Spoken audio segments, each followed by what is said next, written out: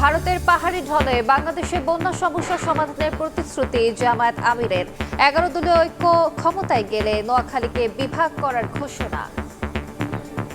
সেই বাঁধ এখনো নির্মাণ হয়নি। আমরা জানি পার্শ্ববর্তী আমাদের প্রতিবেশী দেশের সাথে একটু এই ব্যাপারে ব্যাপার আছে। তাদের সাথে আমরা ফ্রুটফুল ডায়ালগের মাধ্যমে আমরা এর শান্তিপূর্ণ সমাধান খুঁজে বের করবো ইনশাআল্লাহ। নোয়াখালী বিভাগ চাই, কথা বলছি আপনাদের সাথে বেইনসাফি করা হবে ইনশাআল্লাহ।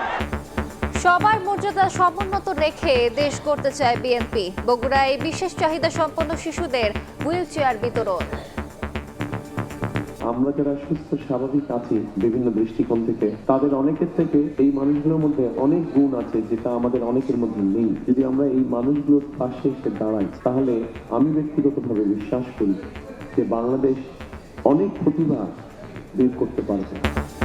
বিকেলে রংপুরে নির্বাচনী জনসভায় যোগ দেবেন বিএনপি চেয়ারম্যান। দেখছিলেন প্রধান শিরোনাম। দুপুরের সময়ের সঙ্গে আছি আমি আলিশা ইসলাম। এবার অন্যান্য শীর্ষ সংবাদ। নগরে গঞ্জে প্রচারণার ব্যস্ততা, ছুটির দিনে জমজমাট গণসংযোগ, প্রতিশ্রুতির ফুলঝুরি নিয়ে ভোটারের দাঁড়ে দাঁড়ে প্রার্থীরা, ভোটের পরিবেশ নিয়ে পাল্টাপাল্টি অভিযোগ।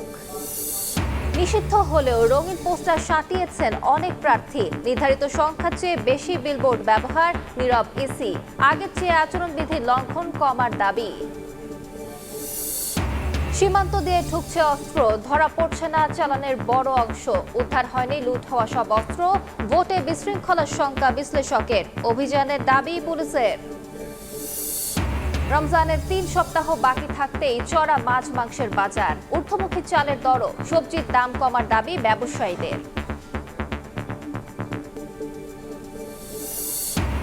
এবং বাংলাদেশ সহ 75 দেশের ওপর মার্কিন ভিসা স্থগিতাদেশ সরানোর আহ্বান। ট্রাম্প প্রশাসনের কাছে 75 কংগ্রেসম্যানের চিঠি, বিশাল জনগোষ্ঠী উপেক্ষিত হওয়ার দাবি।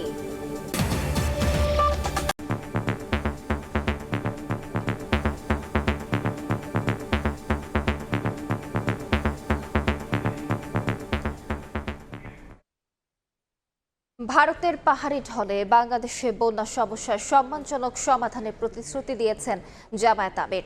ফেনীতে নির্বাচনী জনসভায় ডক্টর শফিকুর রহমান বলেন, চাঁদাবাজির বিরুদ্ধে নতুন বাংলাদেশ বিনির্মাণে সবাইকে ঐক্যবদ্ধ থাকতে হবে।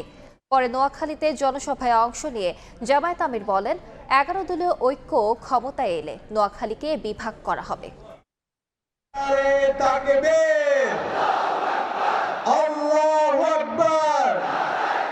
স্লোগানে মুখরিত ফেনী সরকারি পাইলট উচ্চ বিদ্যালয় মাঠ। 11 দলীয় ঐক্যের নির্বাচনী জনসভায় যোগ দিতে ভোর থেকেই ভিড়। চট্টগ্রাম বিভাগীয় সফরের শুরুতেই ফেনী জেলায় জামায়াতে ইসলামীর আমির ডাক্তার শফিকুর রহমান।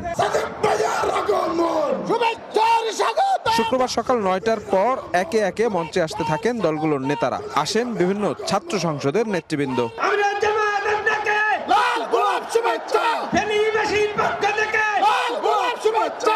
11টার কিছু পরে মঞ্চে আসেন জনসভার প্রধান অতিথি জামায়াত আমির। বক্তব্যে তিনি বলেন, নির্বাচনে জয়ী হলে ফেনী নোয়াখালী এলাকার বন্যা দুর্ভোগ দূর করতে পার্শ্ববর্তী দেশের সঙ্গে সম্মানজনক সমাধান করবে তার দল। আল্লাহ যদি আমাদেরকে সেই সুযোগ দেন, আমরা জানি পার্শ্ববর্তী আমাদের প্রতিবেশী দেশের সাথে একটু এই ব্যাপারে ব্যাপার আছে।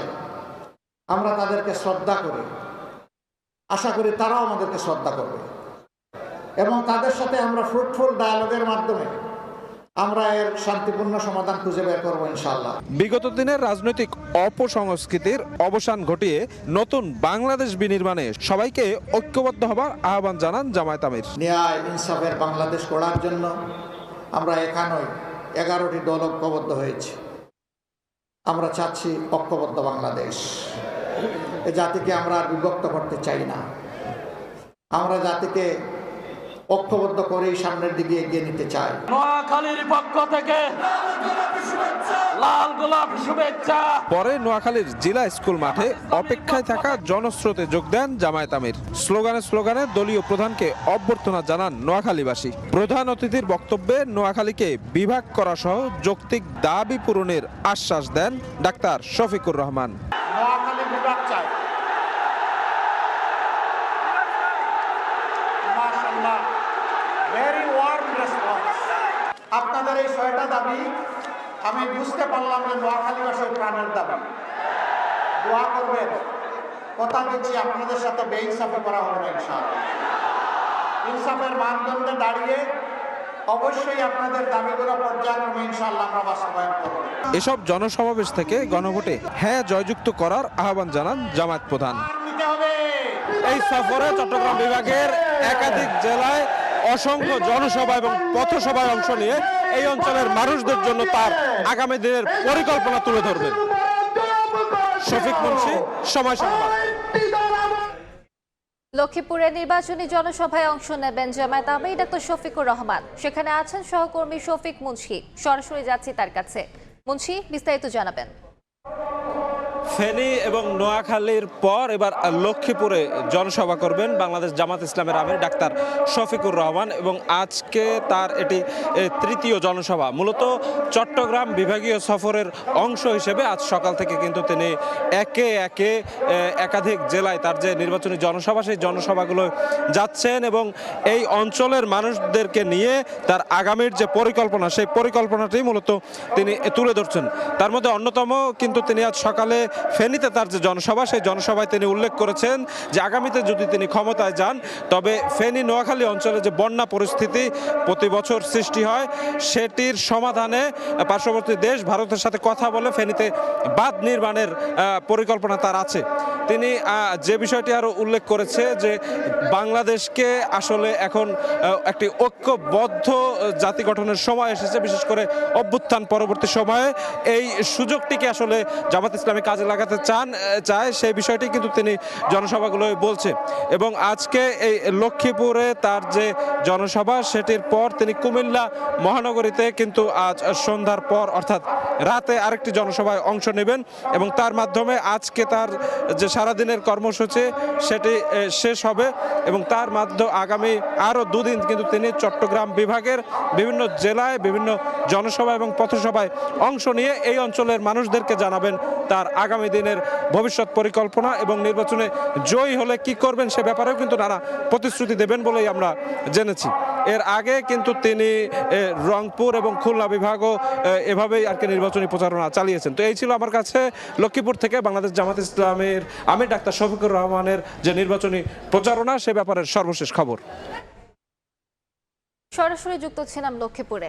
সবার মর্যাদা সমুন্নত রেখে নতুন বাংলাদেশ গড়তে চায় বিএনপি। বগুড়ায় মতবিনিময় সভায় এ কথা বলেন বিএনপি চেয়ারম্যান তারেক রহমান। পরে বিশেষ চাহিদা সম্পন্ন শিশুদের হুইল চেয়ার বিতরণ করেন তারেক রহমান ও তার স্ত্রী ডাক্তার জুবাইদা রহমান। বলেন, নতুন বাংলাদেশ করতে সুনির্দিষ্ট পরিকল্পনা নিয়ে এগুচ্ছে বিএনপি। 2 দশক পর নিজ জেলা বগুড়ায় বিএনপি চেয়ারম্যান তারেক রহমান নির্বাচনী প্রচারণার মধ্যেও হাজির হয়েছেন পিছিয়ে পড়া মানুষের মাঝে। শুক্রবার দুপুরে শহরের হোটেল নাচ গার্ডেনে বিশেষ চাহিদা সম্পন্ন 10 জন শিশুকে হুইল চেয়ার উপহার দেন তারেক রহমান ও তার স্ত্রী ডাক্তার জুবাইদা রহমান। এ সময় শিশুদের সঙ্গে কথা বলেন, খোঁজ খবর নেন এবং শিশুদের পরিবেশনায় গান উপভোগ করেন। প্রথম বাংলাদেশ আমার শেষ বাংলাদেশ, জীবন বাংলাদেশ আমার বাংলাদেশ। মতবিনিময় সভায় কথা বলেন তারেক রহমানের স্ত্রী ডাক্তার জুবাইদা রহমান। আগামীর বাংলাদেশ নিয়ে সুনির্দিষ্ট পরিকল্পনার কথা জানান তিনি। আমরা বিশ্বাস করি যে শিশুরাই জাতির ভবিষ্যৎ।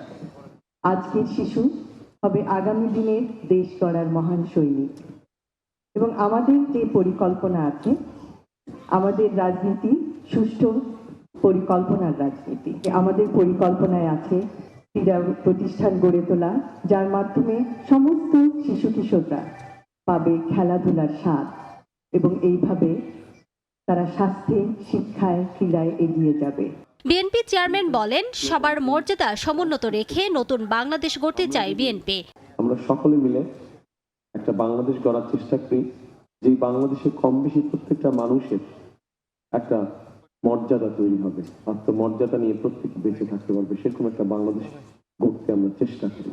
সামাজিক অবস্থান হোক, রাজনৈতিক অবস্থান হোক, রাষ্ট্রীয় অবস্থান হোক, সকল অবস্থান থেকে যদি আমরা এই মানুষগুলোর পাশে এসে দাঁড়াই, তাহলে আমি ব্যক্তিগতভাবে বিশ্বাস করি যে বাংলাদেশ অনেক প্রতিভা বের করতে পারবে।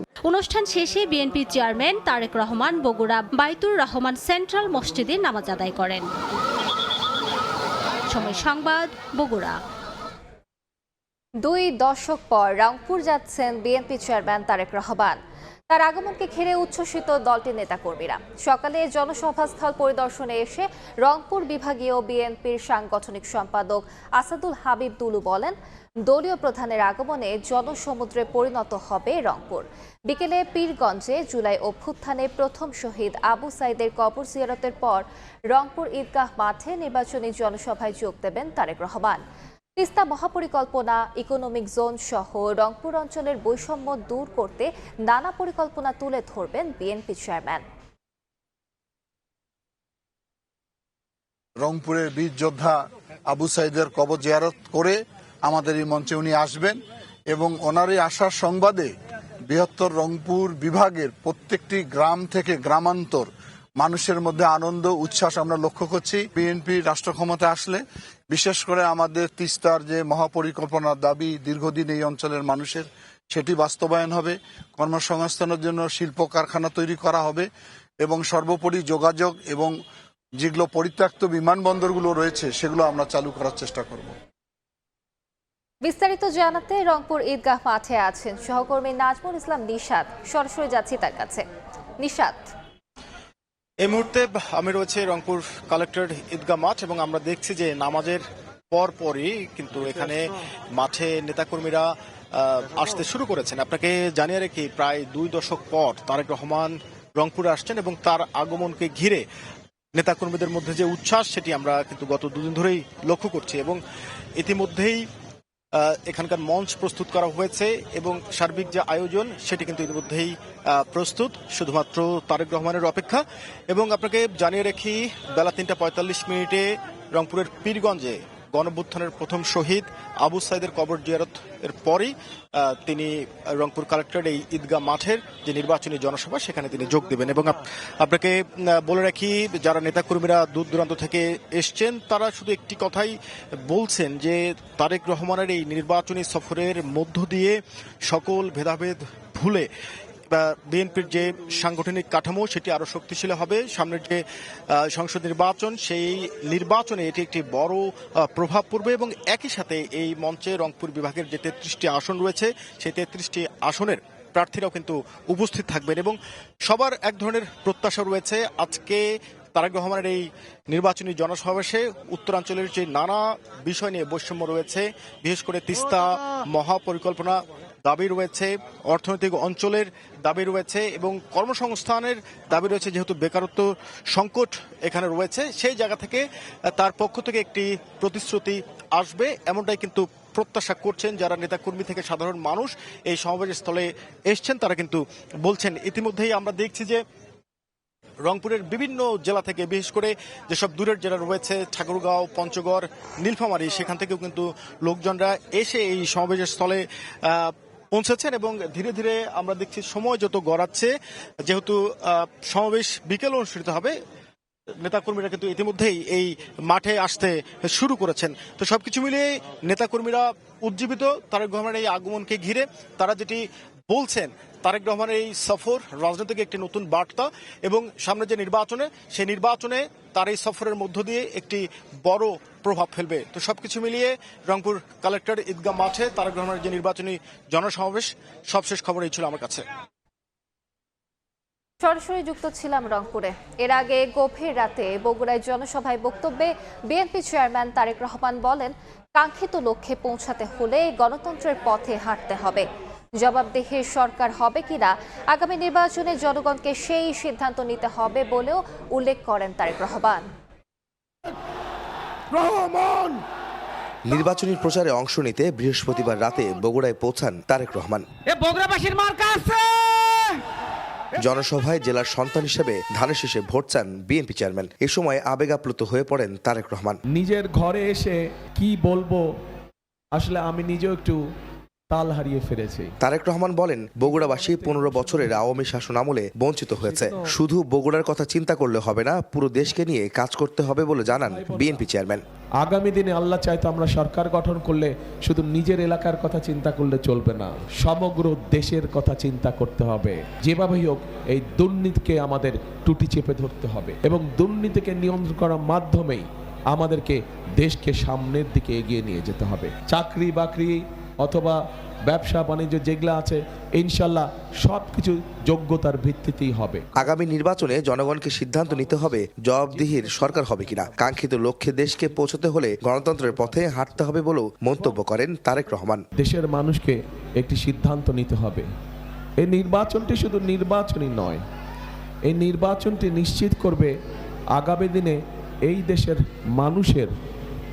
দেশের মানুষের জবাবদিহিতার মূলক সরকার তৈরি হবে কি হবে না। সেই জন্যই আজকে বগুড়াবাসীর কাছে আমার আহ্বান থাকবে, অনুরোধ থাকবে যে এই নির্বাচনটির ব্যাপারে আমাদেরকে অত্যন্ত সিরিয়াস থাকতে হবে। লাখ মানুষের জমায়েত থেকে দেখার অপেক্ষায়। বিএনপি চেয়ারম্যান তারেক রহমান বগুড়ায় এসে নানা প্রতিশ্রুতি দিলেন, তার পাশাপাশি ভোট চাইলেন ধানের শীষের পক্ষে। বললেন একটি পক্ষ পালিয়ে গেল আরেকটি পক্ষ ভোট বানচালের ষড়যন্ত্র করছে, তাই ভোটের দিন সব চক্রান্ত রুখে দিতে ধানের শীষের পক্ষে সাধারণ মানুষকে থাকার আহ্বান জানালেন বিএনপি চেয়ারম্যান তারেক রহমান। এর আগে নওগাঁ শহরে জনসভায় যোগ দিয়ে বিএনপি চেয়ারম্যান বলেন, ভোট বানচালে যারা চক্রান্ত করছে তারা বিগত 15 বছর পতিত সরকারের সঙ্গে এক হয়ে কাজ করেছে। একটা ব্যাপারে সতর্ক থাকতে হবে, ষড়যন্ত্র কিন্তু এখন শেষ হয়নি। একটা তো পালিয়ে গিয়েছে দেশ থেকে, কিন্তু আরেকটা পক্ষ আছে যারা এই দুই পক্ষ আবার আগে থেকে একসাথেই ছিল। আপনাদেরকে চোখ কান করে রাখতে হবে যাতে ষড়যন্ত্র করে আপনাদের ভোট এদিক ওদিক না করে। ব্যালট বাক্স পাহারা দিতে হবে।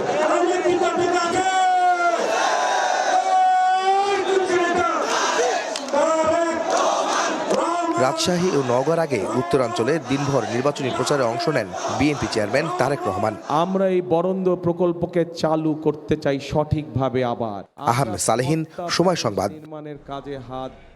বিএনপির নারী কর্মী সমর্থকরা প্রতিনিয়ত জামায়াত শিবিরের আক্রমণের শিকার হচ্ছেন বলে অভিযোগ করেছেন বিএনপির সিনিয়র যুগ্ম মহাসচিব রুহুল কবির রিজভী। তিনি বলেন, ধর্মকে ব্যবহার করে সামাজিক মাধ্যমে দেশের নারীদের সম্পর্কে অশ্লীল ভাষায় মন্তব্য করছে একটি রাজনৈতিক দল। সকালে ভুক্তভোগী নারী কর্মীদের সঙ্গে নিয়ে গুলশানে বিএনপি চেয়ারম্যানের কার্যালয়ে সংবাদ সম্মেলনে এমন অভিযোগ করেন রুহুল কবির রিজভী। নারীদের অনলাইন অফলাইন সব মাধ্যমে হেনস্থার অভিযোগ তুলে তিনি বলেন, জামায়াতের কোনো নারী এমপি প্রার্থী নেই। দলটি ক্ষমতায় গেলে সবচেয়ে বেশি ক্ষতিগ্রস্ত হবে দেশের নারীরা।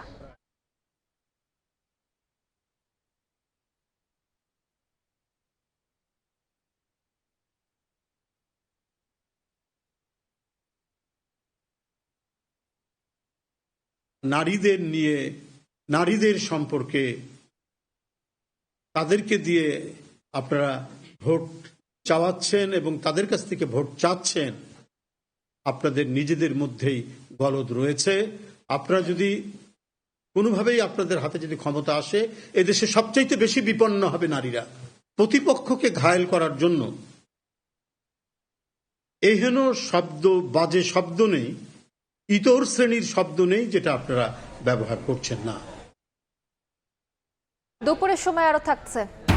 কক্সবাজারের টেকনাফে গহীন পাহাড়ে আটকে রেখে মারধর, মুক্তিপণ দিয়ে 2 দিন পর ছাড়া পেলেন অপহৃত 6 কৃষক। অপহরণকারীদের ধরতে অভিযানে পুলিশ।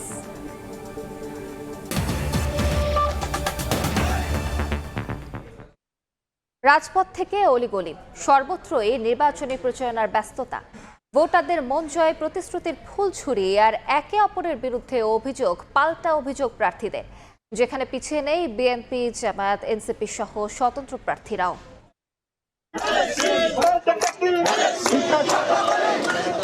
ছুটির দিনেও থেমে নেই নির্বাচনী প্রচারণা। মুহুর্মুহু স্লোগানের মুখর রাজপথ। ভোটারদের কাছে টানতে রাজধানীর বিভিন্ন এলাকায় মাঠে নেমেছেন প্রার্থীরা।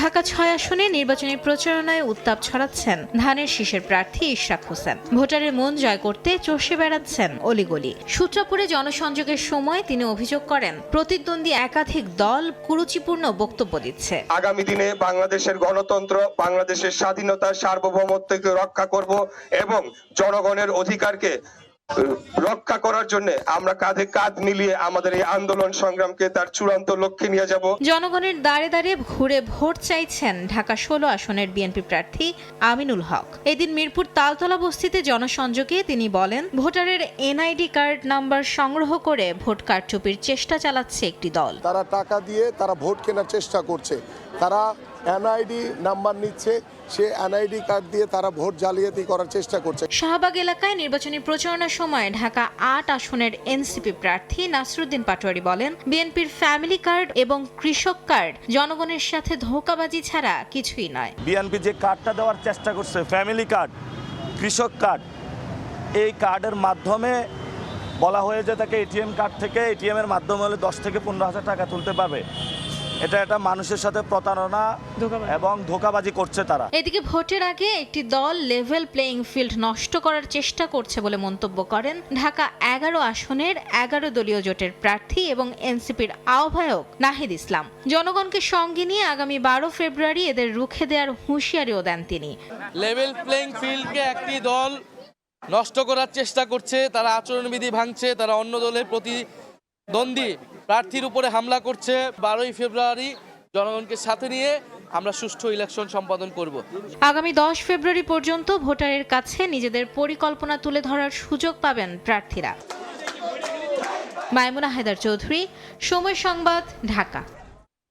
প্রচারণার আরো খবর জানাতে রাজধানীর মিরপুরে আছেন রায়দুল ইসলাম শুভ এবং বাড্ডায় আছেন সহকর্মী শাবাব ওয়াসি। শুরুতেই যাচ্ছি শুভর কাছে। শুভ, বিস্তারিত জানাবেন। চলছে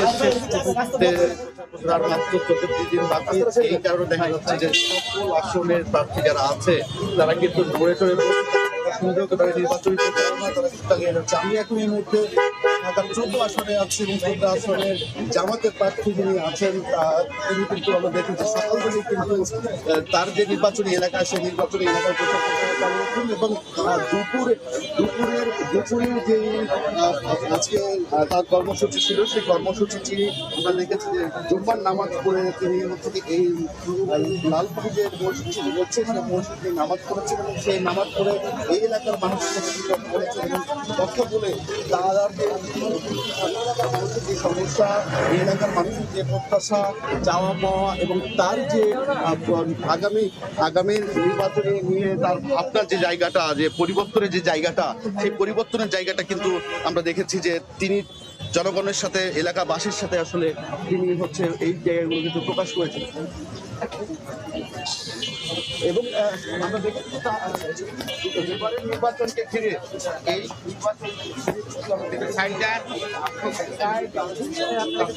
সেই পরিবর্তনই আসলে দেখছে মানুষ এবং সেই পরিবর্তনগুলো কিন্তু নতুন একটি মোড় নিবে বলে আসলে তিনি প্রত্যাশা করছে এবং এই নির্বাচনকে ঘিরে যত রকমের বিশৃঙ্খলা সারা দেশে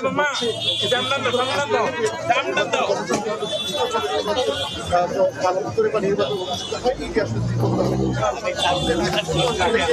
আসলে আমার কাছে আমরা বার্তায় যেতে চাই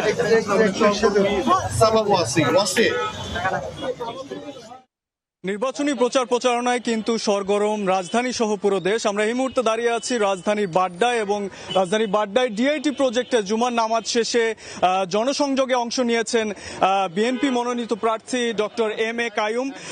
তার সঙ্গে রয়েছেন তার নেতাকর্মীরা।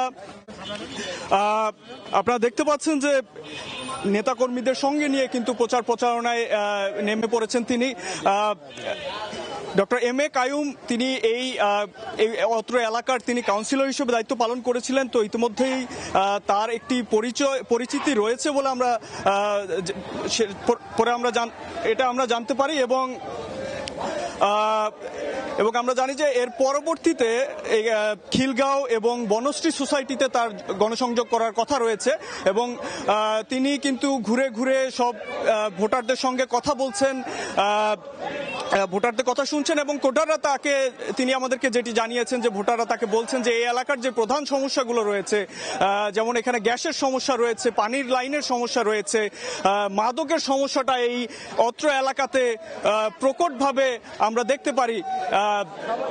এই সমস্যাগুলো কিন্তু সমাধানের আশ্বাস দিয়েছেন ডক্টর এম এ কাইয়ুম। তিনি কিন্তু বলেছেন যে নির্বাচিত হলে কমিউনিটি ভিত্তিক তিনি উদ্যোগ নেবেন, কমিটি গঠন করবেন যাতে এই মাদকের সমস্যা সমস্যা এবং এই অত্র এলাকার যে নিরাপত্তার যে সমস্যাগুলো রয়েছে সেগুলো মোকাবেলা করা যায়, এবং তিনি এটাও আশ্বাস দিয়েছেন ভোটারদেরকে যে তিনি সেবা করার সুযোগ পেলে, প্রতিনিধি হিসেবে সেবা করার সুযোগ পেলে তিনি এই সমস্যাগুলো কিন্তু সমাধান করবেন।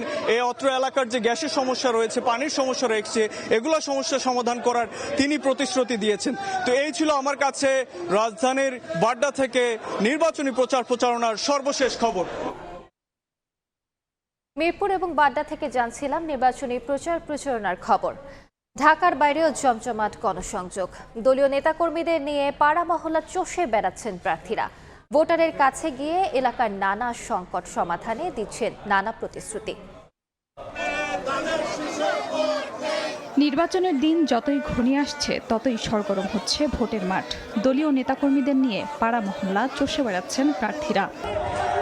কক্সবাজার 1 আসনে প্রচারণা চালিয়েছেন ধানের শীষের প্রার্থী সালাউদ্দিন আহমদ। নাটোর 2 আসনে বিএনপির প্রার্থী রুহুল কুদ্দুস তালুকদার দুলু নির্বাচনী ইশতেহার ঘোষণা করেন। নেত্রকোনা 1 আসনে বিএনপি প্রার্থী ব্যারিস্টার কায়সার কামাল এবং নোয়াখালী 1 আসনে ব্যারিস্টার মাহবুব উদ্দিন খোকন প্রচারণা চালান। তারা ধর্ম পালন করবে, পরকালের সিদ্ধান্ত একমাত্র আল্লাহ রাব্বুল আলামিন নেবে। কোন মানুষ, কোন পার্টি, কোন আদমিকে এই সিদ্ধান্ত দিতে পারে? সুতরাং এটা সরাসরি তাদের প্রতারণা, জনগণের সাথে প্রতারণা। আমরা জনগণের সামনে প্রতিশ্রুতি দিচ্ছি এবং সেই প্রতিশ্রুতি আমরা বাস্তবায়ন করব, এবং সেই প্রতিশ্রুতি বাস্তবায়ন যোগ্য কিনা সেটা সকল মানুষ বুঝতে পারে। চট্টগ্রাম নগরীর ইসাকেরপুল এলাকায় গণসংযোগ করেন জামায়াতের প্রার্থী ডাক্তার AKM ফজলুল হক। দিনাজপুর 6 আসনে আনোয়ারুল ইসলাম এবং চাঁদপুর 1 আসনে আবু নাসর মোহাম্মদ মকবুল আহমেদ দাড়িপাল্লা মার্কায় ভোট চান। ব্রাহ্মণবাড়িয়া 6 আসনে জামায়াত ইসলামী নির্বাচনী সভায় নিরাপদ বাংলাদেশের জন্য দাড়িপাল্লাকে জয়ী করার আহ্বান জানান জামায়াতের সেক্রেটারি জেনারেল মিয়া গোলাম পরোয়ার। 14 বছরে যারা 3টি দল দেশ শাসন করেছেন, দলের কোন প্রধান, কোন মন্ত্রী, মিনিস্টাররা মুখে হাত দিয়ে বলতে পারবেন না যে আমার দল কোনো দুর্নীতি করেনি। পঞ্চগড় 1 আসনে 11 দলীয় জোটের নেতাকর্মীদের নিয়ে শাপলাকুলিতে ভোট চেয়ে ছুটে বেড়াচ্ছেন সার্জিস আলম। যারা মানুষকে হুমকি দিয়ে টাকা নেয়, ভয় করবে তারা যারা আপনার মাথার ঘাম পায়ে ফেলা টাকায় সিন্ডিকেট করে সেখান থেকেও টাকা খায়। দেশে চাঁদাবাজ, দখলবাজ ও অনিয়মের বিরুদ্ধে 11 দলের সঙ্গে ভোটারদের থাকার আহ্বান জানান সার্জিস আলম। খাদিজা স্বপ্না, সময় সংবাদ। দেশের বিভিন্ন সীমান্ত দিয়ে ঢুকছে নানা ধরনের অস্ত্র। অনেক চালান আইনশৃঙ্খলা বাহিনীর হাতে ধরা পড়লেও বড় অংশই থেকে যাচ্ছে নাগালের বাইরে। এর পাশাপাশি থানা থেকে লুট হওয়া অস্ত্রের অন্তত 20 ভাগ এখনো উদ্ধার করা যায়নি। এ অবস্থায় নির্বাচন ঘিরে বিশৃঙ্খলার শঙ্কা দেখছেন বিশ্লেষকরা। তবে পুলিশ বলছে অভিযান চলছে, নির্বাচনের আগে পরিস্থিতি আরও অনুকূলে আসবে। আতিকুর রহমান তমালের রিপোর্ট।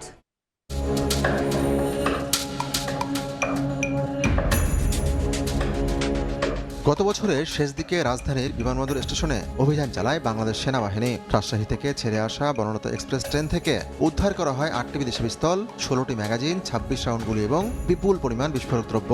অস্ত্রগুলোর গন্তব্য ছিল রাজধানী ঢাকা। সম্প্রতি চাঁপাইনবাবগঞ্জের মনোহরপুর সীমান্তে বিশেষ অভিযানে আটক হয় 4টি পিস্তল, 9টি ম্যাগাজিন ও 24 রাউন্ড গুলি। নৌবাহিনীর অভিযানেও কদিন পরপরই জব্দ হচ্ছে অবৈধ অস্ত্র। বিশেষ করে মিয়ানমার সীমান্ত দিয়ে একাধিক রুট ব্যবহার করে আসছে এসব অস্ত্র। এগুলো ছাড়াও 24 আগস্ট অভ্যুত্থানের পর থানা থেকে লুট হয় 11 ক্যাটাগরির অন্তত 6000 অস্ত্র। এর মধ্যে এখনও উদ্ধার হয়নি 1331টি। সেসব অস্ত্রের হদিস নেই কারো কাছেই। এমন বাস্তবতার মাঝেই হাজির জাতীয় সংসদ নির্বাচন। যদিও পুলিশ সদর দফতর বলছে অভিযান চলছে, অস্ত্র উদ্ধারও থেমে নেই। সীমান্তে সব বাহিনীর সমন্বয়ে চলছে যৌথ অভিযান। অবৈধ অস্ত্র যেটা সীমান্ত দিয়ে আসে সেক্ষেত্রে একটা সমন্বিতভাবে প্রত্যেকটা বাহিনীর সাথে আমরা সমন্বয় করেই কিন্তু অপারেশন আমরা চালাচ্ছি। আশা করি এই নির্বাচনের ক্ষেত্রে খুব একটা বড় ধরনের ব্যাঘাত ঘটবে না। লুণ্ঠিত অস্ত্র এই পর্যন্ত প্রায় 80% মতো উদ্ধার হয়েছে। অপারেশন ডেভিল হান্ট যে ফেজ 2, এটাকে অস্ত্র উদ্ধারকে প্রায়োরিটি দিয়ে আমরা কাজগুলো আগাচ্ছি। তবে বিশ্লেষকরা বলছেন সীমান্ত পথে অস্ত্র ঢুকছে দেশে। অবৈধ অস্ত্রের ব্যবহার যে হারে বেড়েছে তাতে সুষ্ঠু নির্বাচন নিয়ে ঝুঁকি তৈরি হচ্ছে। শুধু অস্ত্র উদ্ধারের জন্য বিশেষ অভিযান পরিচালনার তাগিদ তার। সীমান্ত দিয়ে প্রচুর অবৈধ অস্ত্রের প্রবেশ ঘটেছে। এই অস্ত্র কিন্তু আসলে নির্বাচনী প্রক্রিয়াতে বেশ কিছু ঘটনায় কিন্তু ইতিমধ্যে ব্যবহৃত হয়েছে। সরকার একটা অভিযান পরিচালনা করেছে, প্রথম ধাপে শেষ হয়েছে, দ্বিতীয় ফেজে সেটা চলছে, কিন্তু আসলে অস্ত্র উদ্ধারের জন্য একটা আলাদা করে অভিযান প্রয়োজন ছিল। অবৈধ অস্ত্রের পাশাপাশি পুলিশের লুট হওয়া অস্ত্র ছাড়াও ব্যক্তিগত লাইসেন্স করা অস্ত্রগুলো নির্বাচনের আগে কতজন জমা দিয়েছেন বা দিচ্ছেন তা নিয়েও আছে নানা প্রশ্ন। আর কদিন পরেই জাতীয় সংসদ নির্বাচন, বলা চলে নির্বাচনকে সামনে রেখে উন্মুখ হয়ে আছে পুরো বাংলাদেশ। তবে দিন যত এগুচ্ছে ততই বাড়ছে উদ্বেগ, উৎকণ্ঠা, কারণ জায়গায় জায়গায় ঘটছে চোরাগোপ্তা হামলা, ব্যবহৃত হচ্ছে অবৈধ অস্ত্র। এখন দেখার বিষয় এইসব অবৈধ অস্ত্র নির্বাচনের আগেই কতটা উদ্ধার করতে পারে বা জব্দ করতে পারে আইন শৃঙ্খলা বাহিনী। আতিকুর রহমান তামাল, সময় সংবাদ, ঢাকা। কিশোরগঞ্জে কটিয়াদীতে জমি নিয়ে বিরোধের জেরে প্রতিপক্ষের হামলায় স্থানীয় বিএনপি নেতা নিহত হয়েছেন। এই ঘটনায় দুজনকে গ্রেফতার করা হয়েছে। পুলিশ জানায়, আচমিতা ইউনিয়ন বিএনপির সাবেক সভাপতি ও সাবেক ইউপি সদস্য মাহমুদুর রহমান কামালের সঙ্গে জমি নিয়ে বিরোধ ছিল তার চাচাতো ভাই জালাল উদ্দিনের। এর জেরে বৃহস্পতিবার সকালে দুই ভাইয়ের মধ্যে কথা কাটাকাটি হয়। এক পর্যায়ে জালালের ছেলে তার চাচা কামালের মাথায় টেটা দিয়ে আঘাত করে। এ সময় এগিয়ে এলে তার ছেলেকেও আঘাত করা হয়। তাদের উদ্ধার করে কটিয়াদী হাসপাতালে ভর্তি করা হয়। অবস্থার অবনতি হলে দুজনকেই ঢাকায় পাঠানো হয়। চিকিৎসাধীন অবস্থায় রাতে নিউরোসায়েন্স হাসপাতালে কামালের মৃত্যু হয়। এ ঘটনায় নিহতের মেয়ে বাদী হয়ে কটিয়াদী থানায় মামলা করেন। পরে অভিযুক্ত জালাল উদ্দিন ও তার স্ত্রীকে গ্রেফতার করে পুলিশ।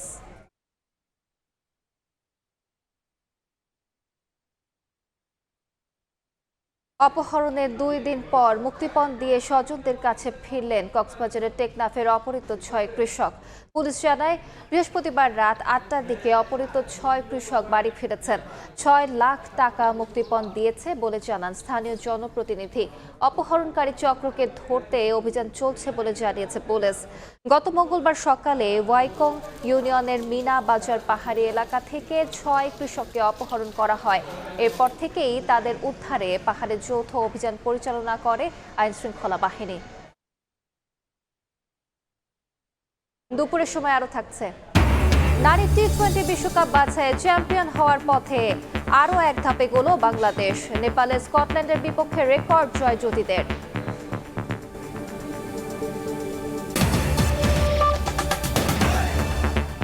এবার বাণিজ্যের সংবাদ।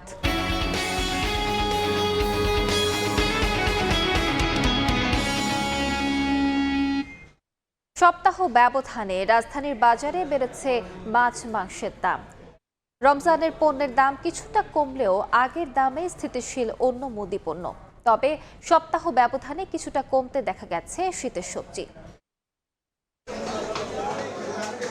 রমজানের বাকি মাত্র 3 সপ্তাহ, এমন পরিস্থিতিতে বাড়ছে গরুর মাংসের দাম। বাজার ঘুরে দেখা যায় গরুর মাংস বিক্রি হচ্ছে 750 থেকে 760 টাকায়, যা এক সপ্তাহ আগে ছিল 700 থেকে 710 টাকা।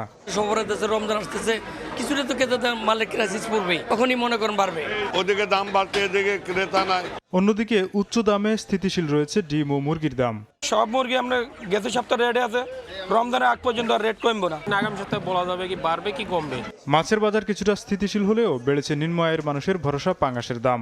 বড় পাঙ্গাস বেশি 160 টাকা, কই 200 টাকা, তেলাপিয়া 120। বেচা কিনি তো কাস্টমার নেই, বেচা কিনি না। উচ্চ মূল্যস্ফীতিতে ডিসেম্বর মাস পার করেছে দেশ। এমন পরিস্থিতিতে জানুয়ারি মাসে নিত্য প্রয়োজনীয় মুদি পণ্যের দাম আরও বেড়েছে। পোলাও চাল 20 টাকা বেড়ে বিক্রি হচ্ছে 160 টাকায়। তবে কমেছে রমজানের বাড়তি চাহিদার তালিকায় থাকা পণ্যের দাম। এলসি ভালো হইতেছে, যারা আমদানি করে ছোলা তারা বলতেছে ভালো এলসি। কিছুটা স্বস্তি সবজির বাজারে। সপ্তাহ ব্যবধানে কমেছে ফুলকপি, বেগুন, টমেটো, শসার দাম। অন্যান্য সপ্তাহের তুলনায় সবকিছুই কমতে শুরু করছে। সব মিলে মোটামুটি ভারসাম্য ঠিকই আছে। বাজার তদারকি ও সরবরাহ ঠিক থাকলে রমজানের সবজি সহ অন্য পণ্যের দাম আরও কমিয়ে আনা সম্ভব বলে মনে করেন ব্যবসায়ীরা। তোফাজ্জল হোসাইন, সময় সংবাদ, ঢাকা। সাপ্তাহিক ছুটির দিনে সকাল থেকেই বাণিজ্য মেলায় ভিড় বেড়েছে ক্রেতা ও দর্শনার্থীর। বিস্তারিত জানাতে সেখান থেকে সরাসরি যুক্ত হচ্ছেন রিপোর্টার অন্তরা সেন। যাচ্ছি তার কাছে। অন্তরা, 35তম ঢাকা আন্তর্জাতিক বাণিজ্য মেলার আজ শেষ শুক্রবার, তাই সকাল থেকে অন্যান্য দিনের থেকে কিন্তু ভিড় মেলায় তুলনামূলক অনেক বেশি। সকাল থেকেই কিন্তু পরিবার পরিজন বন্ধু বান্ধব নিয়ে দলে দলে কিন্তু মেলায় আসছেন সকলে। এখন দুপুর গড়িয়ে কিন্তু বিকেলের পথে, আর এখন মানুষের ঢল যেন আরো বেশি। যারা এতদিন সময় করে উঠতে পারেননি তারা কিন্তু এই শেষ সময়ে পরিবার নিয়ে একটাবারের জন্য কিন্তু মেলা ঘুরে দেখতে আসছেন। যশোর, রংপুর, খুলনা সহ দেশের বিভিন্ন জেলা থেকে মানুষও কিন্তু এসেছে এখানে, সঙ্গে কিন্তু পরিবারের ছোট্ট সদস্যদেরও সঙ্গে করে নিয়ে এসেছে এই মেলা ঘোরাতে। এদিকে শীতের শেষের দিকে, শীতের কারণে কিন্তু যেহেতু প্রথম দিকে বেচা কেনা হয়নি এই কথা জানিয়েছিলেন বিক্রেতারা। এই মুহূর্তে কিন্তু ক্রেতা দর্শনার্থীদের ভিড় এত বেশি হওয়াতে কিন্তু বিক্রিও কিন্তু বেড়েছে, এতে কিন্তু বেশ খুশি তারা। আর প্রতিটা স্টলেই কিন্তু ক্রেতাদের উপচে পড়া ভিড় আমরা দেখতে পাচ্ছি। সব থেকে বেশি ভিড় আমরা দেখতে পেয়েছি কিন্তু ক্রোকারিজের দোকানগুলোতে, আর শেষ দিকে এসে বিভিন্ন স্টলে কিন্তু অফারের পরিমাণও কিন্তু বাড়িয়ে দিয়েছে। আর এতে কিন্তু খুশি হচ্ছেন ক্রেতারাও, ব্যাগ ভরে ভরে কিন্তু তারা পণ্য কিনছেন। তাদের কথা শেষ সময় যেহেতু ভালো অফারগুলো দেওয়া হচ্ছে, এই জন্য তারা একদম শেষ সময়ের জন্য কিন্তু তারা অপেক্ষা করছিলেন যে কবে ভালো অফার দেওয়া হবে, তারা যাবেন, তারা এই তাদের পছন্দ মতো জিনিসগুলো কিনবেন। আর শেষ দিকে এসে কিন্তু এদিকে কিন্তু অনেকেই এসেছেন যারা কিন্তু নতুন সংসারের জন্য নতুন জিনিসপত্র কিনতে এসেছেন, তারা ঘর সাজানোর জিনিস কিনছেন, তৈজসপত্র কিনছেন। আর শেষের দিকে এসে কিন্তু ভ্যাট আদায়ের পরিমাণও কিন্তু বেড়েছে। আমরা এখানকার ভ্যাট কার্যালয়ে কথা বলেছি, তারা জানিয়েছেন বিক্রি কমের দাবি বিক্রেতারা প্রথম দিকে করলেও এখন কিন্তু বিক্রি বেশ ভালো হচ্ছে। তাদের ভ্যাট আদায়ের পরিমাণও বেড়েছে, তাদের ভ্যাট আদায়ের পরিমাণ কিন্তু গেল বছরের তুলনায় কিন্তু বেশি বেড়েছে। গেল বছরের তুলনায় কিন্তু এবছর ভ্যাট যেহেতু বেশি আদায় হচ্ছে, তাই বিক্রিও কিন্তু বলা যায় ভালোই হচ্ছে। এই ছিল আমার কাছে আন্তর্জাতিক বাণিজ্য মেলা থেকে সর্বশেষ খবরাখবর। বাণিজ্য মেলা থেকে যুক্ত ছিলেন অন্তরাশান। বাংলাদেশ ও পাকিস্তান সহ ৭৫টি দেশের ওপর অভিবাসী ভিসা প্রক্রিয়ায় স্থগিতাদেশ তুলে নিতে মার্কিন পররাষ্ট্রমন্ত্রী মার্কো রুবিও এবং হোমল্যান্ড সিকিউরিটি মন্ত্রী ক্রিস্টি নয়েমকে চিঠি দিয়েছেন ৭৫ কংগ্রেসম্যান। চিঠিতে বলা হয়, বিশ্বের প্রায় ৪০% মানুষ অভিবাসী ভিসা স্থগিতাদেশের আওতায় পড়েছেন। সরকারের এই সিদ্ধান্তের বিশাল এই জনগোষ্ঠী উপেক্ষিত হচ্ছে উল্লেখ করে সমালোচনা করা হয়। গত ২১ জানুয়ারি বাংলাদেশ, পাকিস্তান সহ ৭৫টি দেশে অভিবাসী ভিসা দেওয়ার প্রক্রিয়া স্থগিত করে যুক্তরাষ্ট্র। পররাষ্ট্র দফতর জানায়, যেসব দেশের অভিবাসীরা মার্কিন নাগরিকদের কল্যাণ ভাতা অগ্রহণযোগ্য হারে নিয়ে থাকে তাদের ভিসা প্রক্রিয়া স্থগিত থাকবে। সপ্তাহ ব্যবধানে দেশগুলোর ওপর থেকে ভিসা প্রক্রিয়ায় স্থগিতাদেশ তুলে নিতে মার্কিন পররাষ্ট্রমন্ত্রী মার্কো রুবিও এবং হোমল্যান্ড সিকিউরিটি মন্ত্রী ক্রিস্টি নোয়েমকে চিঠি দিয়েছেন ৭৫ কংগ্রেসম্যান। বৃহস্পতিবার দেয়া ওই চিঠিতে বলা হয়, স্থগিতাদেশের কারণে বিশ্বের প্রায় ৪০% মানুষ অভিবাসী ভিসা স্থগিতাদেশের আওতায় পড়েছেন। এতে বিশাল এই জনগোষ্ঠী উপেক্ষিত হচ্ছে।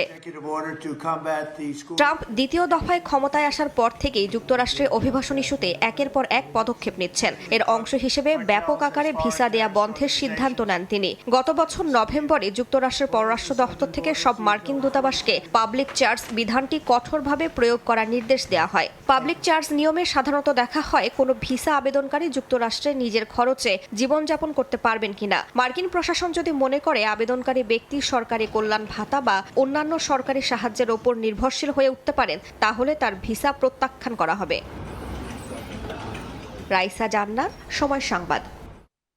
খেলার খবর। নারী টি-20 বিশ্বকাপ বাছাইয়ে চ্যাম্পিয়ন হওয়ার পথে আরও এক ধাপ এগোলো বাংলাদেশ। নেপালে স্কটল্যান্ডের বিপক্ষে রেকর্ড জয় পেয়েছে জ্যোতিরা। নেপালের কীর্তিপুর ত্রিভুবন ক্রিকেট গ্রাউন্ডে টস জিতে ব্যাটিংয়ে নামে বাংলাদেশ নারী দল। টাইগ্রেসদের দারুণ সূচনা এনে দেন দুই ওপেনার। দিলারা আক্তার ৩৯ ও জুয়াইরিয়া ফেরদৌস করেন ২২ রান। এরপর শারমিন আক্তার ১৫ রানে ফিরলেও ক্যাপ্টেন্স নক খেলেন নিগার সুলতানা জ্যোতি। ৩৫ বলে ৫৬ রানের দারুণ এক ইনিংস খেলেন তিনি। শেষ দিকে সোভানা মোস্তারের ২৩ বলে ৪৭ রানের ঝোড়ো ইনিংসে ৫ উইকেটে ১৯১ রানের বড় সংগ্রহ গড়ে বাংলাদেশ। টি-20তে দ্বিতীয় সর্বোচ্চ স্কোর গড়ার পর বল হাতেও দুর্দান্ত পারফরমেন্স উপহার দেয় টাইগার্সরা। মারুফা আক্তার ৩টি এবং স্বর্ণা আক্তার নেন ২ উইকেট। শেষ পর্যন্ত ৯ উইকেটে ১০১ রান করতে সক্ষম হয় স্কটল্যান্ড। ৯০ রানের বিশাল জয় পায় লাল সবুজের প্রতিনিধিরা।